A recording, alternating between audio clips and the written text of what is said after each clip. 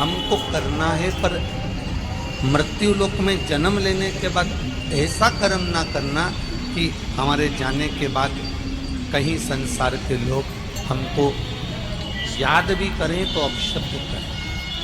ऐसा कर्म ना करें। कितने बड़े बड़े दानी हुए, कितने बड़े बड़े धर्मात्मा हुए, कितने बड़े बड़े सत्कर्मी हुए। दानियों में भी गिनती होती है राजा कर्ण की। एक गिनती राजा कर्ण की हो रही।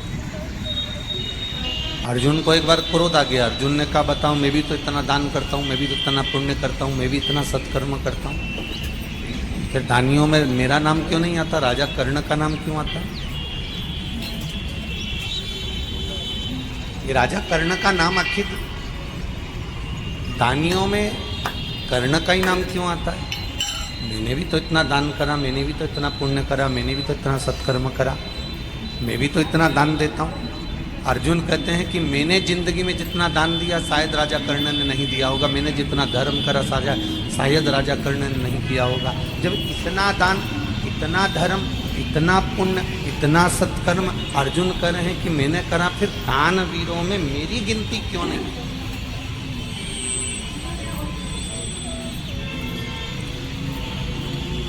कोई जरूरी नहीं है कि आप गाय को रोटी दान दे रहे हो तो तुम्हारी दानवीरों में गिनती होगी। तुमने किसी भूखे को भोजन कराया तो तुम्हें दानवीरों की गिनती में लिया जाएगा? ना ना ना ना, आप अपना कर्म करे जाओ। आप गौ माता को रोटी देते रहो, आप भूखे को भोजन कराते रहो, आप प्यासे को पानी पिलाते रहो, किसी दरिद्र को थोड़ा सा सहयोग करते रहो। ये आप मत कहना कि कोई आपको दानी कहे, कोई आपको सत्कर्मी कहे, कोई आपको दानदाता कहना चाहिए। आप तो अपना कर्म किए जाओ, करो कर। राजा कर्ण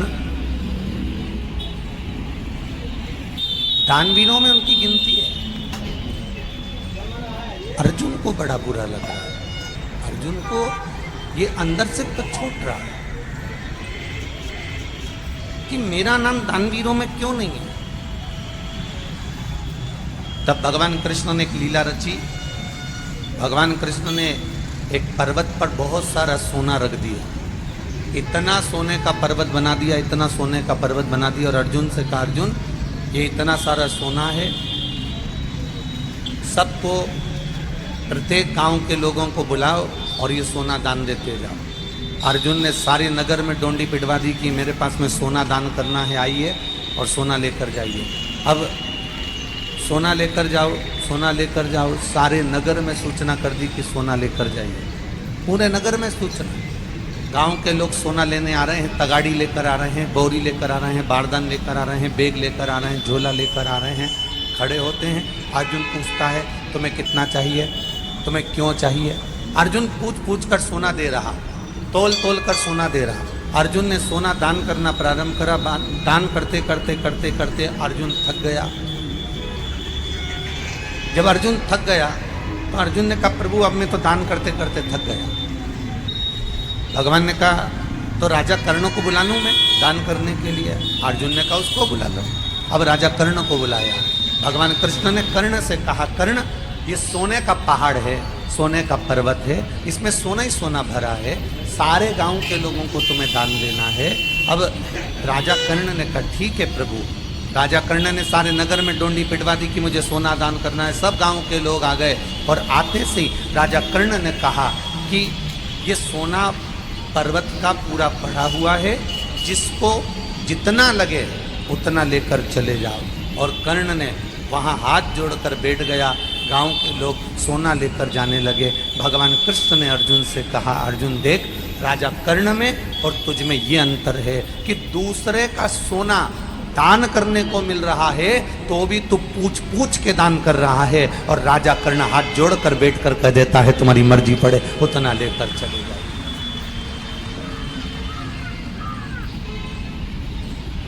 आपकी जितनी मर्जी उतना लेकर चले जाओ, आपको जितना लगता हो उतना लेकर चले,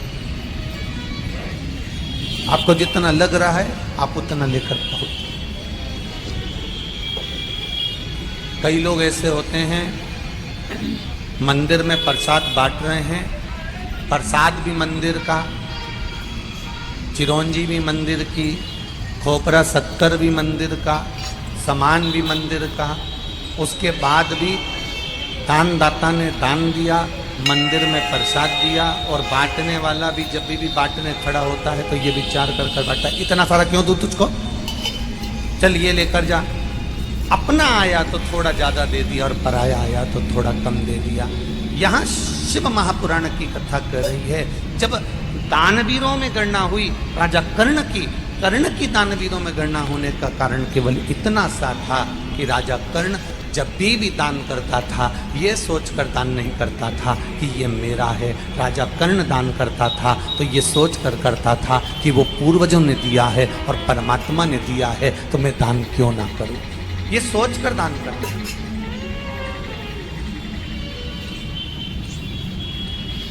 जिस दिन घर की बहुएं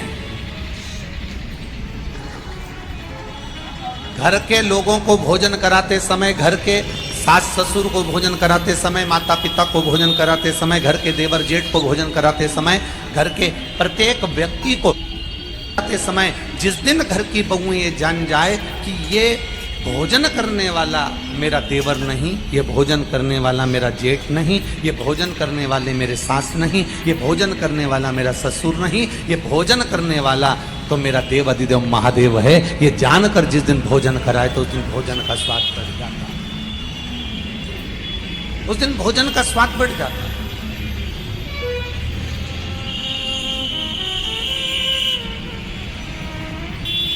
जरा विचार करिए, पहले के नियम को जरा उठाकर देखिएगा, थोड़े से पहले के नियम को उठाइए। माताओं की एक थोड़ा सा अन्न घर में आता है उसके भी हिस्से कर दिए जाते हैं, अन्न के हिस्से। एक अन्न कटोरी भर के चिड़िया को चले जाता है, एक अन्न का भाग चींटी को चले जाता है, एक अन्न का भाग मछली को चले जाता है, एक अन्न का भाग हमारे काम आता है, एक अन्न का भाग किसी अतिथि के काम आता है, एक अन्न का भाग किसी को दान के काम आता है। पर आज लोगों की जो सोच है, आज लोगों का जो विचार है, आज उत्तर हो गया।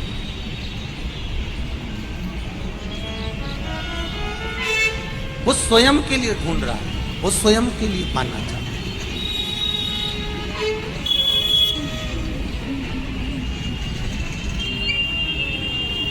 भजन करने वाले कम मिलेंगे। हम तो दूसरे की क्या कहें, हम अपनी भी बात करें। अगर आज के ज़माने के नए नवयुवक ब्राह्मणों के बच्चों से कहा जाए कि तुम गुरुकुल जाओ, विद्या अध्ययन करो, वेद पुराण शास्त्र पढ़ो, जाओ यज्ञोपवीत धारण करो, मस्तक पर चोटी धारण करो, माथे पर तिलक लगाओ, जाओ गुरु के दरवाजे पर जाओ और थोड़ी विद्या अध्ययन करो। तो आज के ज़माने के नवयुवक बच्चे कहते हैं पिताजी कि हम कर लें, मना नहीं है, काका जी हम कर लें, मना नहीं है। पर दिक्कत केवल इतनी सी है, दिक्कत केवल एक बात है,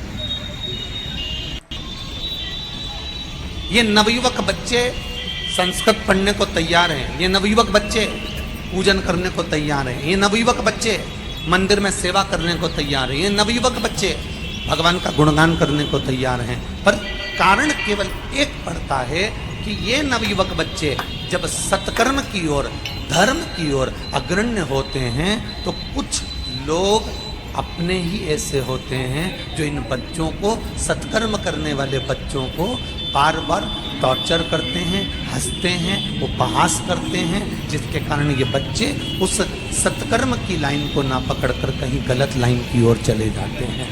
फिर हमको दुख होता है कि ये क्यों हो गया, इस कारण हो गए, कारण क्या बन गया, फिर हमको दुख होता है।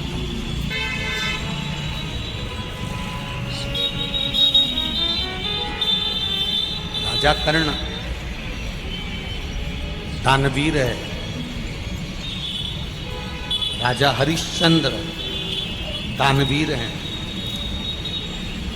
पर शिव महापुराण की कथा कह रही है कि इन दानवीरों की लिस्ट में एक दानवीर बड़ा विचित्र है,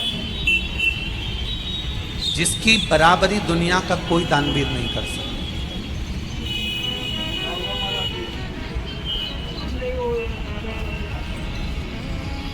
दानवीरों में भी दानवीर, जिसकी बराबरी दुनिया का कोई व्यक्ति आज तक नहीं कर पाया। दानवीरों में कितने बड़े बड़े दानवीर हो गए, कर्ण जैसे दानवीर हो गए, स्वयं हरिश्चंद्र जैसे हो गए, स्वयं दशरथ जी जैसे हो गए, जनक जी जैसे हो गए, ना जाने कितने कितने बड़े बड़े दानवीर हो गए। पर उन दानवीरों में एक दानवीर ऐसा है जिसकी गणना आज तक दुनिया के लोग नहीं कर पाए, आज तक किसी ने नहीं करी, और वो थे दधीचि ऋषि।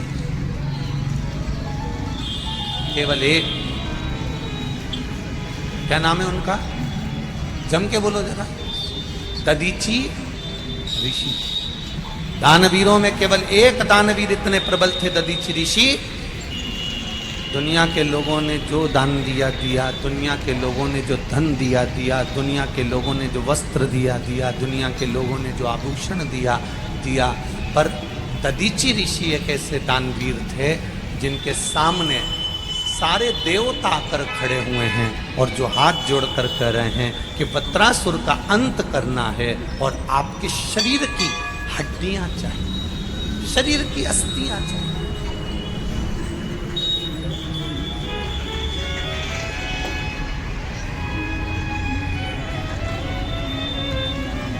आपके शरीर की केवल अस्थियां दे दीजिए। इंद्र को भी संकोच हो रहा था दधीचि ऋषि से अस्थियां मांगने। इंद्र को भी संकोच हो रहा था दधीचि ऋषि से उनकी हड्डियां मांगने में। क्यों? क्योंकि दधीचि ऋषि के जो पिता थे अथर्वा,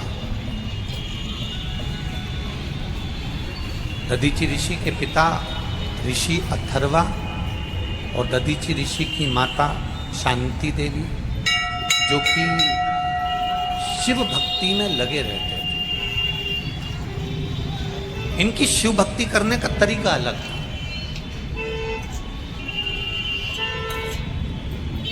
इनकी शिव भक्ति का तरीका बिल्कुल अलग। क्या तरीका था ऋषि अथर्व की शिव भक्ति का? जहां पर बेलपत्री का पौधा मिलता था, जहां बेलपत्री का वृक्ष मिलता था, उस बेलपत्री के वृक्ष के पास मिट्टी की क्यारी बनाते थे।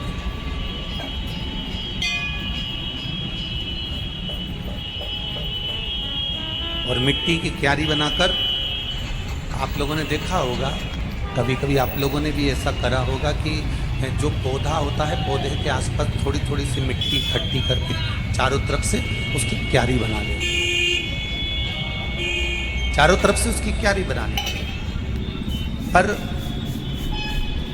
ऋषि अथर्व का एक नियम था कि जो ये, जैसे आप समझिएगा, जैसे ये थोड़ा सा माला आप लोगों ने ऐसी रखी और बीच में एक पौधा है और वो पौधा यहाँ पर है और उसके आसपास में मिट्टी चारों तरफ से लगाई, बीच में थोड़ी जगह छोड़ दी जलाधारी जैसे।